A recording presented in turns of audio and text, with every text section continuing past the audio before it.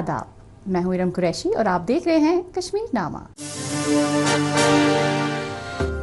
कश्मीर के नौजवान fashion design, रिवायत, हुनर और ख्वाबों को दे रहे हैं नई परवाज। अदब की खिदमत में इदरीस बदरानी का सफर, कश्मीरी जुबान के तहफ़्फ़ुज़ का जुनून। बनी में बागबानी की नई तस्वीर, हाई डेंसिटी तकनीक से बदल रहा सेब का मुस्तकबिल। और खेलों के मैदान से कामयाबी तक कश्मीर की बेटियां बन रही हौसले और खुद मुख्तारी की नई मिसाल।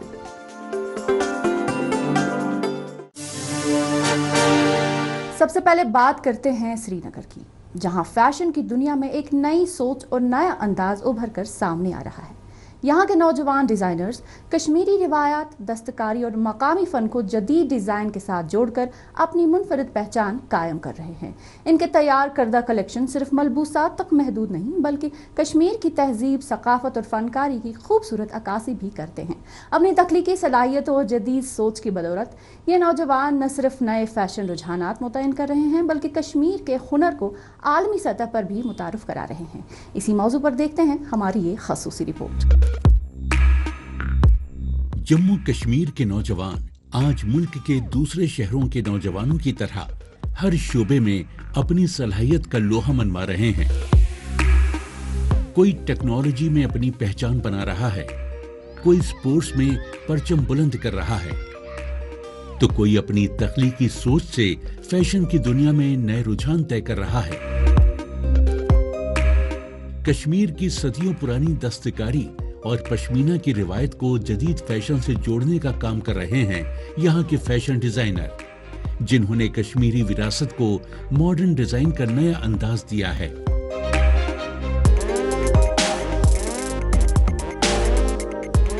इंडिया में करीबन 1.5 लाख डिजाइनर्स हर साल निकलते हैं, तो वो क्या करेंगे finally?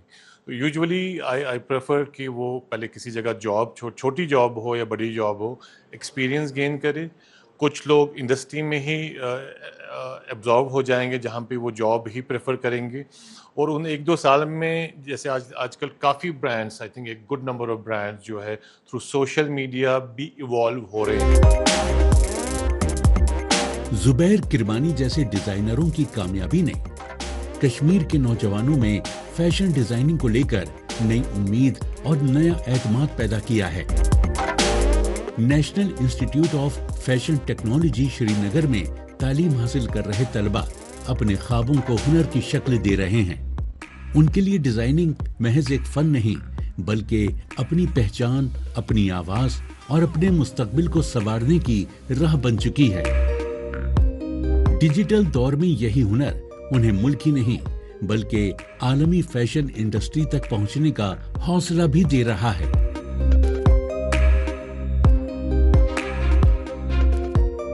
I like to do various techniques like embroideries and again cultural richness. That is how I ended up here. यहाँ का माहौल मुल्क के मुख्तलिफ हिस्सों से आए तलबा को एक दूसरे के तजुर्बात से सीखने का मौका देता है। कोई कश्मीरी कढ़ाई को नए अंदाज में पेश कर रहा है, कोई जयपुर की मेहराबों और झरोखों से मुतासिर होकर होम डेकोर तैयार कर रहा है, तो कोई ज्वेलरी डिजाइन में अपनी तख्लीकी सोच का इजहार कर रहा है। यही रंगारंग ख्यालात श्रीनगर के डिजाइन इकोसिस्टम को कौमी पहचान दे रहे हैं। For example, if I am taking architecture of temples, तो उस पे से मैं उनके एलिमेंट्स लेती हूँ, फिर उन्हें मॉडर्न वे में, एक कंटेम्प्रेरी वे में इम्प्लीमेंट करती हूँ, एंड देन पूरा डिज़ाइन प्रोसेस फॉलो करके एक स्क्रैच से फाइनल प्रोडक्ट तक आती हूँ। आज फैशन डिजाइनिंग जम्मू कश्मीर के नौजवानों के लिए सिर्फ एक शौक नहीं, बल्कि रोजगार, कारोबार और खुद मुख्तारी का मजबूत जरिया बन रही है। सोशल मीडिया और डिजिटल प्लेटफॉर्म ने उनके हुनर को दुनिया तक पहुंचने का रास्ता दिया है। यही वजह है कि नई नस्ल अपनी तहजीब को बरकरार रखते हुए जदीद फैशन की दुनिया में एक नई दास्तान लिख रही है। कश्मीर के ये नौजवान साबित कर रहे हैं कि जब विरासत तख्लीक से मिलती है तो पहचान सिर्फ मकामी नहीं बल्कि आलमी बन जाती है।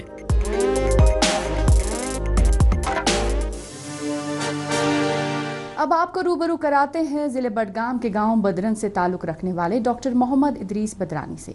कश्मीर की अदबी रिवायत को आगे बढ़ाने में मसरूफ डॉक्टर इदरीस ने डॉक्टरेट की डिग्री हासिल करने के बाद बतौर लेक्चरर इल्म की रोशनी आँख की। शायरी से शुगुफ ने इन्हें उर्दू, अंग्रेज़ी और कश्मीरी ज़ुबान में मुतअद्दिद किताबें तसनीफ़ करने की तरगीब दी। इनकी कश्मीरी शायरी पर मुश्तमिल किताबों को खासी पज़िराई मिली है। वो अपनी तहरीरों के ज़रिए कश्मीरी ज़ुबान और इसकी अदबी विरसे के तहफ़्फ़ुज़ के लिए मुसलसल कोशां हैं। आइए सुनते हैं डॉक्टर मोहम्मद इदरीस बदरानी की कहानी उन्हीं की ज़ुबानी। इदरीस साहब, हमारे प्रोग्राम में आपका इस्तकबाल है। सबसे पहले आप हमारे नाज़रीन को अपना तारुफ पेश कीजिए। मैं ज़िला बडगाम के एक गांव जो है बदरन नाम से उसको बोलते हैं, बदरन गांव से मैं ताल्लुक़ रखता हूं। बदरन इस लिहाज से काफ़ी रिच भी है, ज़रख़ेज़ है, लिटरेचर के हवाले से, अदब के हवाले से, सकाफ़त के हवाले से, क्योंकि वहाँ पे जो सकाफ़त के लिहाज से कई सारी तकारीब हो रही हैं। और मेरा एक्चुअली घर का माहौल भी ये है सकाफ़ती या लिटरेचर की ओर हम अगर बात करेंगे। मेरे वालिद साहब लिटरेचर से वाबस्ता हैं, इसलिए इसको एक तरीके से एक इन्फेक्शन ही कह सकते हैं, इन्फेक्शन जैसा हो गया है।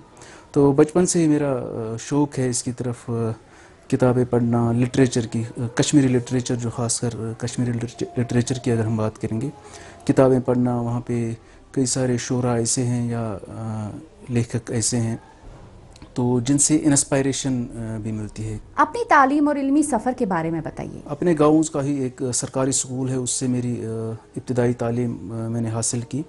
तो फिर से एक निजी स्कूल है हमारे नज़दीक ही, एक कस्बा है, एक निजी स्कूल है RMP स्कूल के नाम से जो जाना जाता है। तो वहाँ से मेरी इब्तिदाई तालीम जो है 10वीं तक तो हुई। फिर मैं सरकारी स्कूल में मेरा एडमिशन हो गया, तो कॉमर्स मैंने चूज़ किया सब्जेक्ट अपना। कॉमर्स में 11वीं जमात से ही मैंने कॉमर्स में पढ़ाई करनी शुरू की। तो वही नहीं, 11वीं तो सरकारी स्कूल में एडमिशन हो गया बीरवा में, बीरवा गवर्नमेंट सरकारी हायर सेकेंडरी स्कूल जो है, वहाँ पे मैंने ये किया। फिर 12th के बाद तो कॉलेज जाना हुआ। कॉलेज मैंने एडमिशन लिया Islamia college of science and commerce Srinagar में। तो वहाँ पे मैंने BCom ले लिया, BCom की डिग्री वहाँ पे हासिल की मैंने। फिर पोस्ट ग्रेजुएशन और मास्टर ऑफ फ़िलासफ़ी कॉमर्स में ही मैंने चूज़ किया, मास्टर ऑफ फ़िलासफ़ी, या फिर कॉमर्स में ही डॉक्टरेट मैंने किया। अब तक आप कितनी किताबें तसनीफ़ कर चुके हैं, इनके बारे में भी कुछ बताइए। अभी तक मेरी 4 किताबें हैं। उन 4 किताबों में कश्मीरी पे एक किताब है, कश्मीरी लैंग्वेज में एक किताब है। तो जब लोग पढ़ेंगे इस किताब को जब लोग पढ़ेंगे, फिर वो रिव्यू देंगे अपना, मैं किस हद तक कामयाब हो गया हूँ अपनी शायरी को लोगों तक पहुँचाने में। क्योंकि कई सारे मसाइल हैं, कई सारे मामलात होते हैं समाज में, या अपनी निजी सतह पे जो मामलात होते हैं, उनको एक किताबी सूरत में लाना, गज़लों या नज़मों की सूरत में। तो किस हद तक मैं कामयाब हो गया हूँ तो वो लोग पढ़ के ही बता सकते हैं। आप एक लेक्चरर भी हैं, ऐसे में तालीम और शेर व शायरी के साथ साथ किताबें लिखने के लिए वक्त का तवाज़ुन कैसे कायम रखते हैं? नहीं, प्रोफेशनलिज्म की जहाँ तक बात है, प्रोफेशन तो मेरा ये जो है कॉमर्स तो मतलब कॉमर्स मेरा प्रोफेशन ही है। मतलब कॉमर्स की एक टीचर हूँ, मुदर्रिस हूँ, एक कॉलेज में पढ़ा रहा हूँ कॉमर्स। तो साथ साथ में मेरा एक शौक़ है, एक तो होता है शौक़, दूसरा होता है ज़रिया माश जो होता है। कॉमर्स एक तरह से ज़रिया माश भी अभी हम कह सकते हैं। तो वो भी शौकिया तौर मैंने पहले ले लिया था कॉमर्स। जब कॉमर्स की अगर बात करें, वो मैंने अपने शौक़ से, अपना मकसद था, अपना मतलब अपना फ़ैसला था मुझे कॉमर्स पढ़ने का। लेकिन ये जो शायर व शायरी का जो ये है शौक़ है, वो पहले से ही तो था शायर व शायरी का। अब इन दो में अब जहाँ तक पढ़ाने का सवाल है, जहाँ तक अदबी तकरीबों में शमूलियत करने का सवाल है, या अपना ये जो शौक़ है लिखने का, ये जारी रखने का सवाल है, ये बैलेंस करना फिर धीरे धीरे बैलेंस करना फिर आता है और करना भी पड़ता है। आपकी शायरी का एक अहम मकसद कश्मीरी ज़ुबान और अदब की विरासत को फ़रोग देना भी है। इस हवाले से आप क्या कहना चाहेंगे? बिल्कुल सही बात है। एक्चुअली इसमें जो है अपनी ज़ुबान को अगर हम प्रमोट करेंगे, वो भी एक ज़ुबान की ओर कंट्रीब्यूशन है ज़ुबान की ओर। अगर अपनी ज़ुबान को अपनी ज़ुबान की तरवीज के लिए हम काम करेंगे, अभी कई सारे चीज़ें चल रही हैं, चाहे बाकी ज़ुबानों में अगर लिख रहे हैं, हिंदी में, संस्कृत में या अंग्रेज़ी में, वो अगर हम अपनी ज़ुबान में ट्रांसलेट करेंगे, वो भी एक कंट्रीब्यूशन है।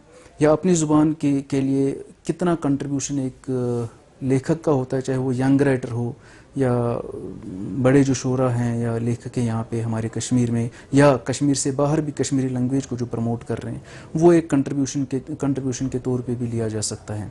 आप नौजवान नस्ल के लिए क्या पैगाम देना चाहेंगे? कई बार अखबारों में लिखा है या मकालात के ज़रिए या आर्टिकल्स के ज़रिए मैंने लिखा है कि किताबों की तरफ नौजवान नस्ल का रुझान जो है वो कम हो रहा है, धीरे धीरे वो कम हो रहा है।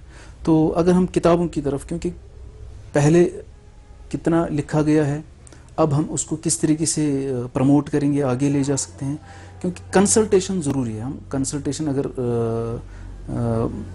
जो बाकी जो शोरा हैं या लेखक हैं या अदीब हैं जो ऑलरेडी पब्लिश हुआ है उनका मटेरियल, या बहुत सारा हमारे पास बहुत सारा लिटरेचर है, कश्मीरी में बहुत सारा लिटरेचर है। इदरीस साहब, हमसे गुफ्तगू करने के लिए आपका बेहद शुक्रिया। जम्मू कश्मीर की मजीद खबरों की तरफ बढ़ने से पहले एक नजर डालते हैं देश और दुनिया की कुछ अहम सुर्खियों पर।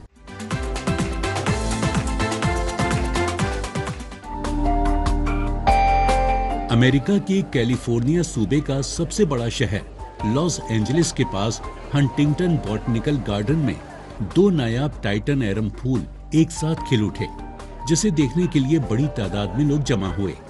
ये नायाब फूल अपनी तेज और बदबूदार बू के लिए मशहूर है, जो पॉलिनेशन करने वाले कीड़ों को अपनी तरफ मुतवज्जे करता है। इंडोनेशिया के सुमात्रा का ये पौधा आमतौर पर 2 से 3 साल में एक बार खिलता है और इसका फूल महज 24 से 48 घंटे तक रहता है।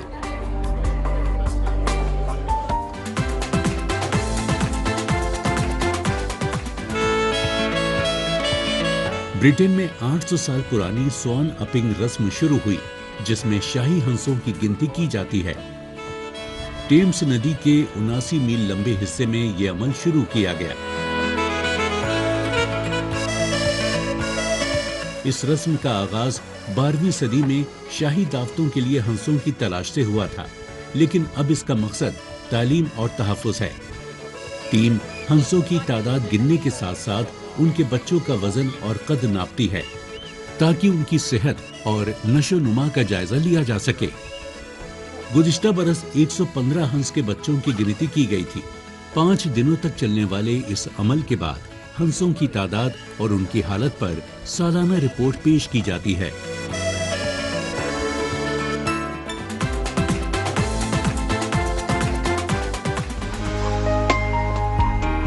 नॉर्थ मैसेडोनिया के पहाड़ी गांव गैलिचनिक में हर बरस जुलाई में होने वाली सेंट पीटर डे शादी की रस्म लोगों की तवज्जो का मरकज बनती है। इस शादी में लोग रिवायती लिबास पहनकर शिरकत करते हैं और पुरानी रिवायतों को जिंदा रखते हैं। दूल्हे की रस्म की शुरुआत शेविंग से होती है, जिसमें बेस्ट मैन दूल्हे की दाढ़ी बनाता है, जिसे एक खास रिवायत माना जाता है। दुल्हन घोड़े पर सवार होकर गांव वालों के साथ रिवायती मौसीकी के दरमियान शादी की जगह पहुंचती है। इस शादी में खवातीन का ब्राइड डांस और मर्दों का टेस्कोटो यानी मुश्किल डांस पेश किया जाता है।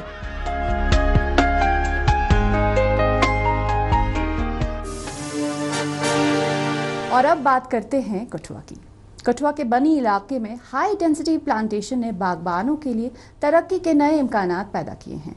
जदीद साइंसी तरीकों पर मबनी ये तकनीक कम वक्त में बेहतर पैदावार और ज़्यादा मुनाफा की उम्मीद पैदा कर रही है। बनी की ये कामयाब पहल इस बात की अक्कासी करती है कि नई टेक्नोलॉजी और मेहनत मिलकर बागबानी की रिवायती तरीकों को किस तरह तब्दील कर रही है। आने वाले बरसों में यही तब्दीली जम्मू कश्मीर के सेब के शोबे को एक नई शिनाख्त दे सकती है। इसी मौजू पर देखते हैं हमारी ये खसूसी रिपोर्ट। सेब की बात हो और जम्मू कश्मीर का जिक्र ना हो, ऐसा मुमकिन नहीं। देश के कुल सेब के पैदावार में सबसे बड़ी हिस्सेदारी रखने वाला यह प्रदेश अब कठुआ के खूबसूरत पहाड़ी इलाके बनी में भी कामयाबी की नई दास्तान लिख रहा है। बागवानी महकमे के हॉर्टिकल्चर हब मिशन और ultra high density Apple plantation ने यहाँ के बागवानों के लिए तरक्की के नए रास्ते खोल दिए हैं।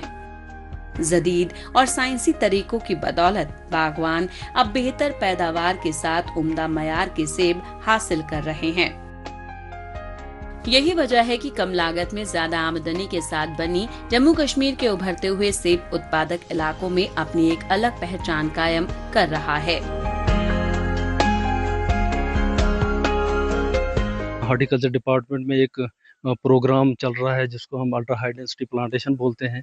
उसके तहत हमने यहाँ पे 2 साल से शुरुआत की है और जिसमें आज तक हमने लगभग तकरीबन 50 कनाल तक ज़मीन कवर की है और उसमें लगभग 38 तक के बेनिफिशरी हमने कवर किए हैं।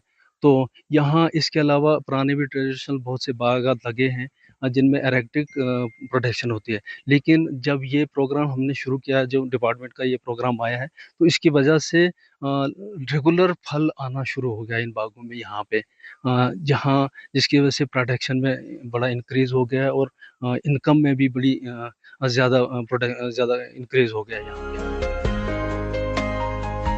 मेहनत जब रंग लाती है तो चेहरे की मुस्कुराहट खुद पूरी दास्तान बयां कर देती है।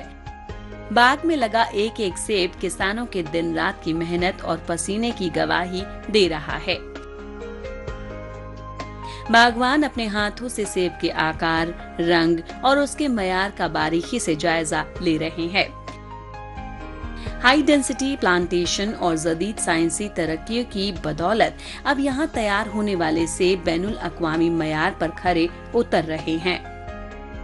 यही बेहतरीन मयार बाजार में उन्हें बेहतर कीमत दिला रहा है और बागवानों की माली हालत को मजबूत कर रहा है। आज की डेट में गवर्नमेंट की तरफ से फुल कोऑपरेशन, मतलब 100% कोऑपरेशन दे रही है कि हमारा जो यंग जनरेशन यूथ है वो इन फील्डों में आए, एग्रीकल्चर में आए, हॉर्टिकल्चर में आए, फिशरी में आए, एपीकल्चर में आए, ताकि यूथ को एक रोजगार मिल सके। एक बेहतरीन बाग की पहचान उसकी साफ सफाई और बेहतर देखभाल से होती है। बागवान पेड़ों के इर्द गिर्द उगी खरपतवार को साफ कर रहे हैं ताकि पौधों को मुकम्मल गिजायत मिल सके।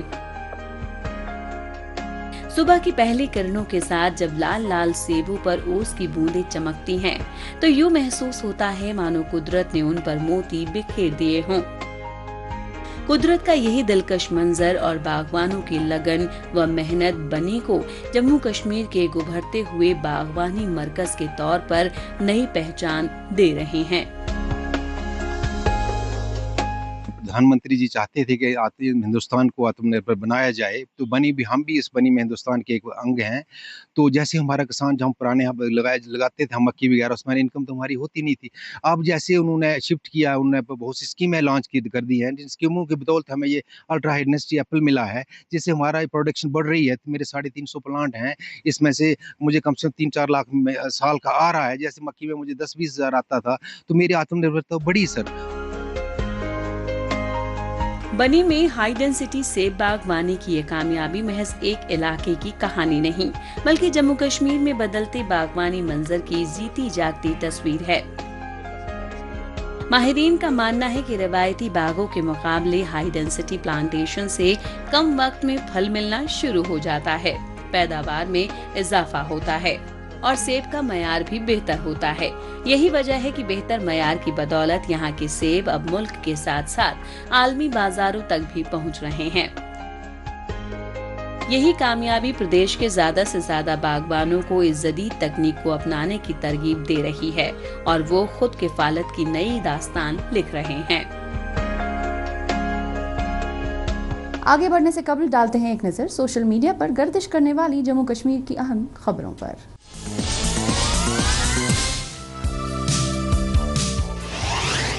जम्मू कश्मीर के उन तमाम तलबा को दिली मुबारकबाद जिन्होंने नीट यूजी में कामयाबी हासिल की है।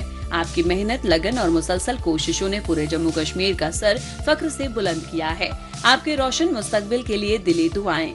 जो तलबा इस बार कामयाब नहीं हो सके वो हिम्मत न हारें और मेहनत करें, हौसला कायम रखें और मजबूती के साथ फिर लौटें। जम्मू तवी रेलवे स्टेशन पर जम्मू कश्मीर के पहले one station one product stall का आगाज हो गया है।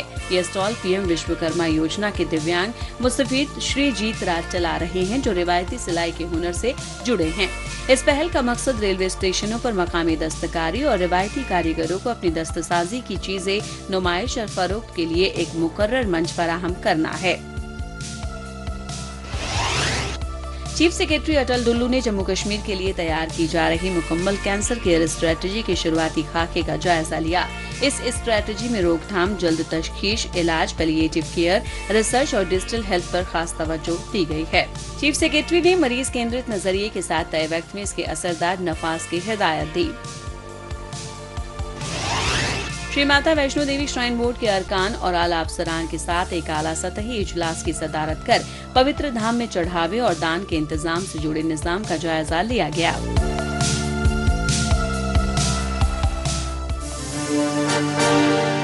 आखिर में बात करते हैं वादी कश्मीर की, जहां खेलों के मैदान में एक खामोश मगर अहम इनकलाब बर्पा हो रहा है। यहाँ की बेटियां बड़ी तादाद में मार्शल आर्ट्स, रग्बी और दीगर मुख्तलिफ खेलों में बढ़ चढ़कर हिस्सा ले रही हैं और अपनी अलग पहचान बना रही हैं। इनका मकसद सिर्फ तमगे जीतना नहीं, बल्कि अपनी सलाहियत, मेहनत और हौसले के बलबूते पर मुल्क का नाम रोशन करना भी है। खेलों के जरिए ये बेटियां न सिर्फ खुद मुख्तार बन रही हैं, बल्कि मुआशरे की दूसरी लड़कियों के लिए उम्मीद, एतमाद और हौसले की नई मिसाल भी कायम कर रही हैं। इसी मौजू पर देखते हैं हमारी ये खसूसी रिपोर्ट।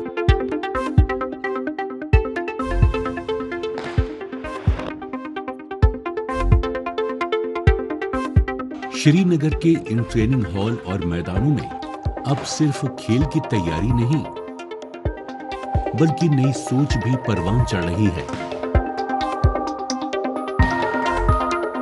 जम्मू कश्मीर की बेटियां जूडो, पेंचक स्लाट, रग्बी और दूसरे खेलों में बढ़ चढ़कर हिस्सा ले रही हैं। कभी झिझक और बंदिशों में घिरी रहने वाली ये बेटियां आज पूरे एतमाद के साथ अपने हुनर का मुजाहरा कर रही हैं। हुकूमती सरपरस्ती, बेहतर खेल सहूलियात और घर वालों की हिमायत ने भी इनके इरादों को नई उड़ान दी है।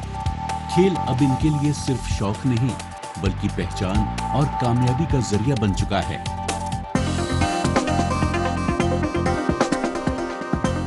पर मेरा इंस्पिरेशन था, मतलब सेल्फ डिफेंस सीखना, खुद को स्ट्रॉन्ग बनाना बहुत ज़्यादा। आगे मैं बाहर जाऊँ, वहाँ पर मैं और ज़्यादा स्ट्रॉन्ग दिखूँ, और मुझे बहुत ज़्यादा मतलब खेलने में बहुत ज़्यादा इंटरेस्ट था। इसमें जूडो में एक मेडल लाना, नेशनल तक पहुँचना, इंटरनेशनल तक पहुँचना। मार्शल आर्ट्स मैट पर हो या मैदान में, हर मुकाबले में जम्मू कश्मीर की बेटियां अपनी मेहनत, हौसले और लगन से नई मिसाल कायम कर रही हैं। ट्रेनर्स का कहना है कि मुसलसल मेहनत करने वाली कई खिलाड़ी स्टेट, नेशनल और इंटरनेशनल सतह पर पहुंच चुकी हैं। अब खेल अकादमियों और ट्रेनिंग सेंटरों में लड़कियों की शिरकत मुसलसल बढ़ रही है, जो बदलते मुआशरे की एक नई हौसला अफजा तस्वीर पेश करती है। यही वजह है कि बड़ी तादाद में लड़कियां खेलों को अपना मुस्तकबिल बना रही हैं।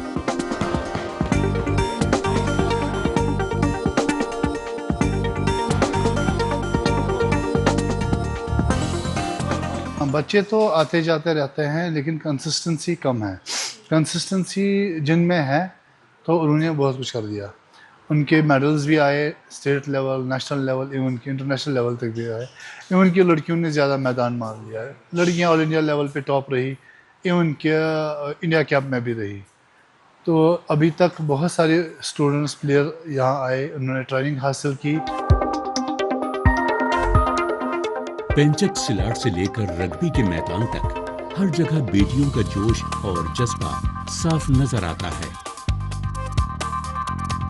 टाउन श्रीनगर की मुस्कान शाबान जैसी खिलाड़ी आज कई लड़कियों के लिए कामयाबी की जीती जागती मिसाल बन चुकी है। जबकि रग्बी मैदान में भी बेटियां पूरी ताकत और टीम वर्क के साथ अपनी पहचान बना रही हैं।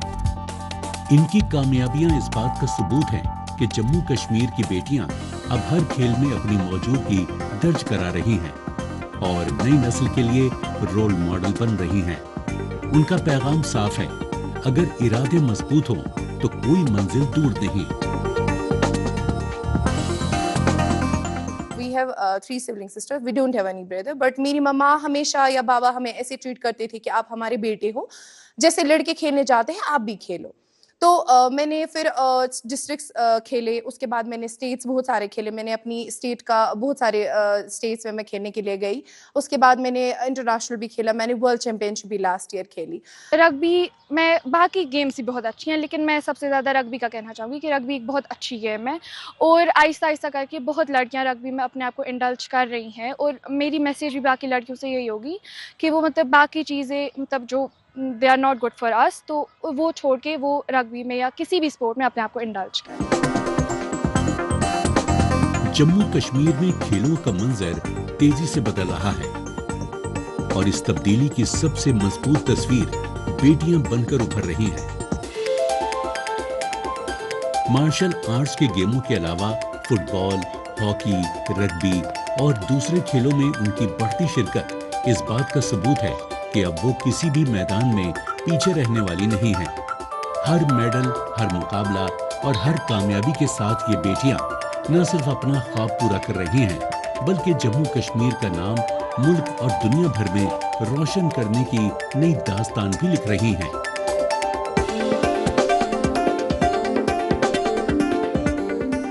इस हफ्ते बस इतना ही। हमें दीजिए इजाजत। अगले हफ्ते इसी दिन इसी वक्त फिर होगी मुलाकात। तब तक के लिए नमस्कार, खुदा हाफिज।